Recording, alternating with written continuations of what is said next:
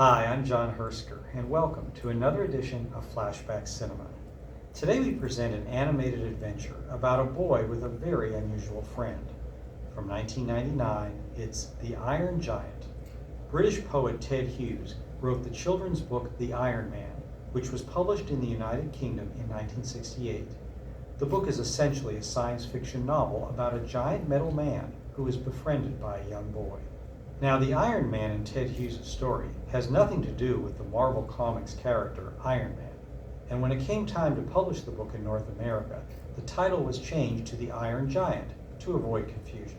Pete Townsend, co-founder of the iconic rock band The Who, read Ted Hughes' story, and in Townsend's words, saw it as the perfect fairy tale on which to hang modern songs. Pete Townsend adapted the book as a concept record album entitled The Iron Man, the Musical, which was released in 1989. A stage version of the musical opened in London in 1993, and Warner Brothers acquired the movie rights to the book.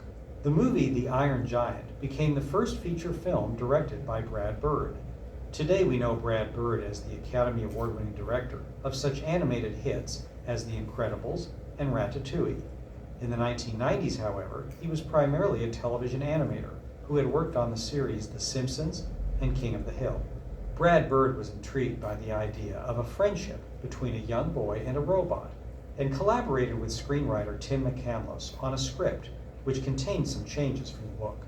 The setting was changed from contemporary England to the United States in the 1950s, at the height of the Cold War between the United States and Russia, then known as the Soviet Union.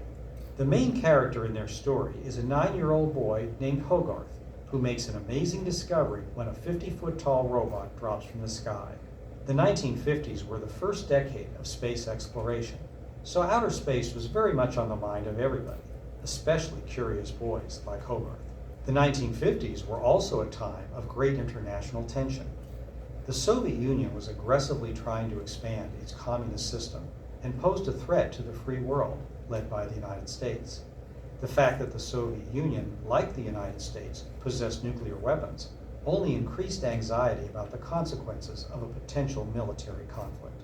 Characters in today's story, especially members of the military, naturally view with suspicion the arrival of a mysterious giant robot who appears to be a weapon with destructive capabilities. Hogarth, however, is able to see past the intimidating aspects of the giant's external appearance to recognize a gentle, kindred spirit. Their relationship elevates the Iron Giant as a tale whose theme is personal empowerment, or, in Hogarth's words, you are who you choose to be.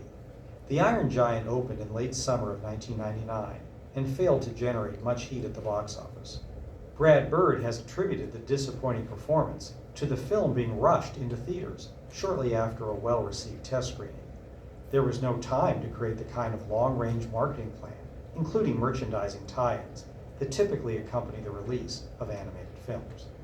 But critics warmly praise The Iron Giant, and the film has developed a huge fan following in home entertainment. Today, The Iron Giant is widely regarded as a modern animated classic, and because it was made largely with traditional hand-drawn or 2D animation, it has been called the last great 2D animated film. Remember, Flashback Cinema is a regular feature at this theater.